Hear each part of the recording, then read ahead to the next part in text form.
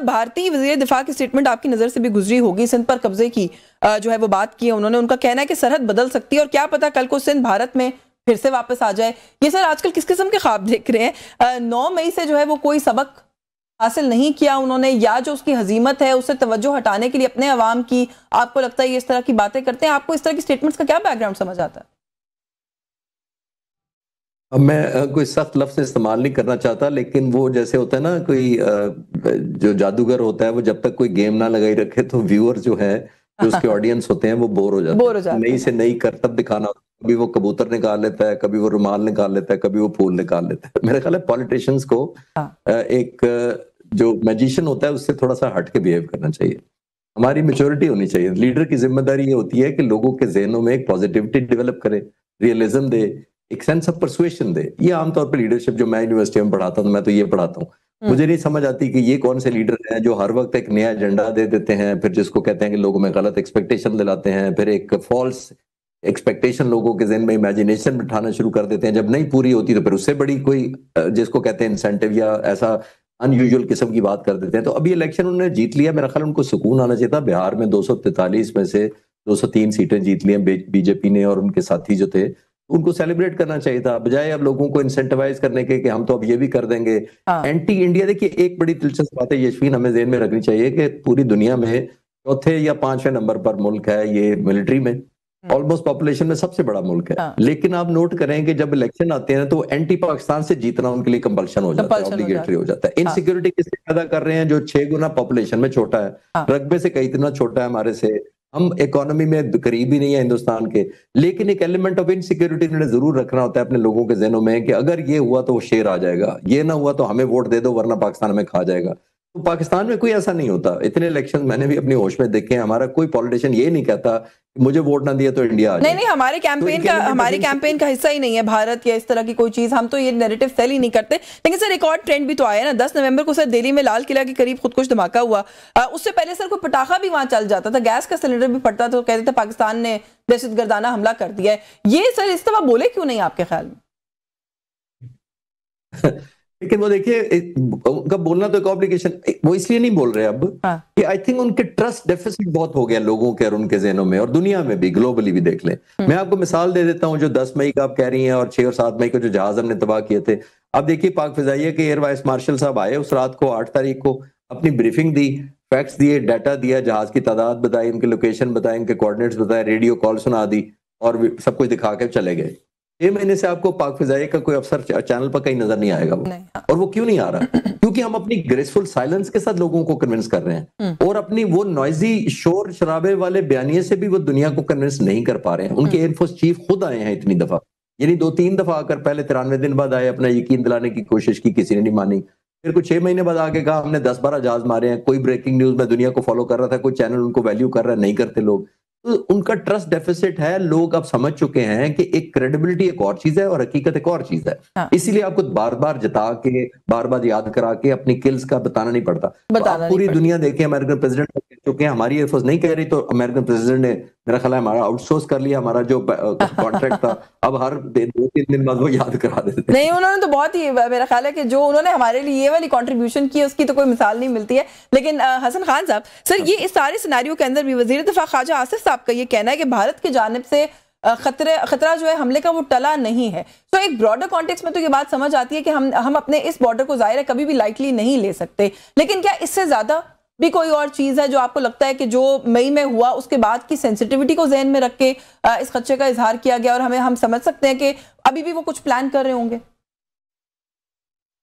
देखिए, मेरे ख्याल में ख्वाजा आसिफ साहब ने जो बयान दिया है वो as a government responsible person इसी तरह ये बयान देना चाहिए था कि जिस तरह उनकी तरफ से ये गिदड़ भपकियाँ जो हो रही है, और अजीब किस्म की, इस तरह चिश्ती साहब ने कहा कि उनके एयर चीफ जो है कितनी दफ़ा आए क्या, और उनके जो मिलिट्री लीडर्स जो है उसी दिन उसका जो CDS है और उसका जो बयान है कि जिसने वो पाकिस्तान के बारे में और आइंदा, लेकिन उनकी आप अगर इस वक्त रियल ग्राउंड सिचुएशन देखें तो वो बिल्कुल इस पोजीशन में नहीं नहीं है उनकी। अगर आप स्पेशली जो एयरफोर्स है, एयरफोर्स ये जो 8, 7 और 8 को 2 दिन जो है वो ग्राउंड रही, तो क्या कोई इंक्वायरी की गई कि क्यों ये 2 दिन क्यों ग्राउंड रही? और मतलब ये है, और उनके जो है कि आपके 100 जहाज एयर पे थे, आपके 7 जहाज जो है अब मारे गए, तो क्यों आपने पाकिस्तान का एक भी नहीं किया? तो मैं समझता हूं उनको अपनी अंदाजा है और उनको अपनी हैसियत का अंदाजा है। और अगर आप इंडिया के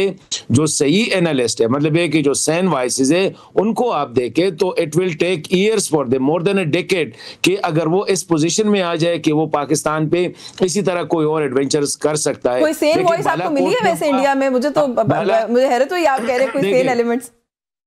देखिए बालाकोट में उन लोगों ने किया, बालाकोट में, और बालाकोट में उन्हें रात की तारीकी में एक लोड गिराया, लेकिन दिन की रोशनी में सुबह 8 बजे आपने देखा जो पाकिस्तान ने रिस्पॉन्ड कर दिया।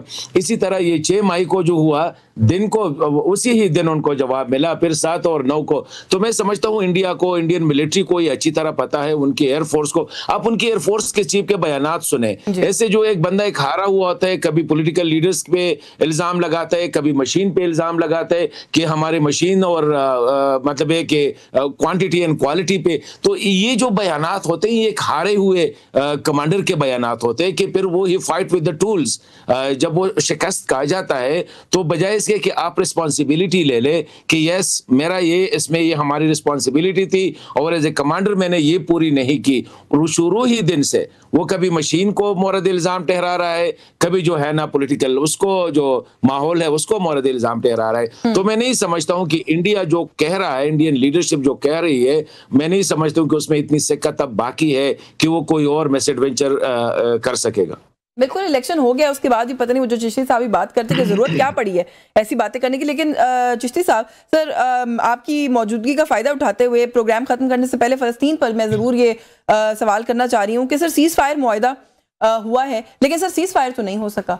इजराइल जो है वो अपनी हरकतों से बाज नहीं आ रहा, और जो कुछ अभी हो रहा है मासूम शहरियों को हमास के नाम पर हम देख रहे हैं कि वो निशाना बना रहा है, और वो अपनी हरकतों से ना बाज आने वाला था, ये पहले नजर भी आ रहा था, लेकिन फिर भी द वर्ल्ड थॉट के शायद पीस को एक मौका देख के देख लें। सर आपको लगता है कि ये मौका ज्यादा देर तक चलेगा, ये कायम रह सकेगी ये सिचुएशन जो भी ये सीज फायर किस वक्त सो कॉल्ड है? यशवीन, पहले जुमले के तौर पर तो एक चीज सिर्फ पॉजिटिव थी जो मैं उस वक्त भी कहा था जब ये एग्रीमेंट हुआ था, और वो ये थी कि शुक्र है बमबारी रुकी और जो निहत्ते मुसलमान शहीद हो रहे थे, बच्चे और औरतें, उनकी जानें बच गई। अब वहां तक तो पॉजिटिव है। और मैं उन्हीं दिनों में अपने खतरात का इजहार कर रहा था कि देखिए इस एग्रीमेंट के अंदर ये बहुत फॉल्ट हैं। वो फॉल्ट ये है कि इसके अंदर सारी ताकत या डिसीजन मेकिंग या फाइनल जजमेंट जो है वो इजराइल को या अमेरिका को दी गई है।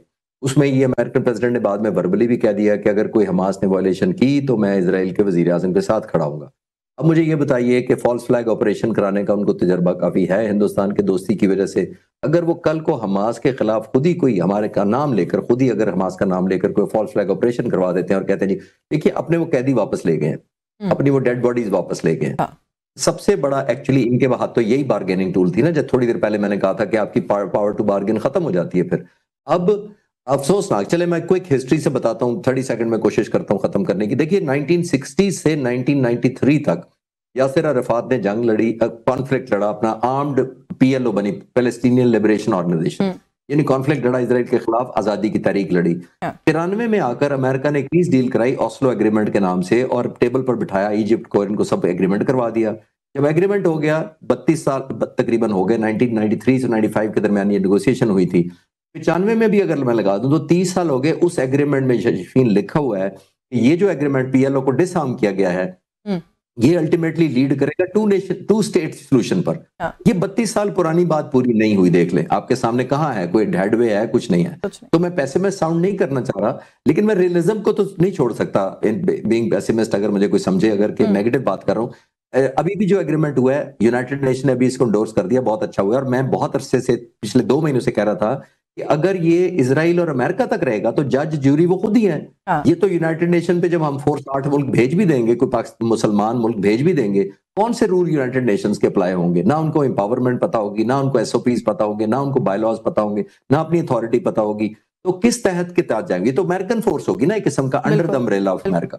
लेकिन मैं ये कह रहा हूँ कि बदकिस्मती ये है, मुझे नजर नहीं आ रहा बिकॉज नेतन्याहू की नीयत ठीक नहीं है। जी जी, नीयत ठीक नहीं है और ये राइटिंग ऑन द वॉल उस वक्त भी था, लेकिन जैसे आपने कहा कि हर किसी का यही ख्याल था कि शायद वहां पर जो कत्लो गारत है वो रुक जाए, शायद कोई ब्रीदिंग स्पेस मिल जाए, लेकिन ब्रीदिंग स्पेस से ज्यादा और कुछ लग नहीं रहा। एक विंडो थी जो इजराइल ने अपने फेवर में यूटिलाइज की और लग रहा है कि शायद ये back to square one unfortunately चला जाएगा।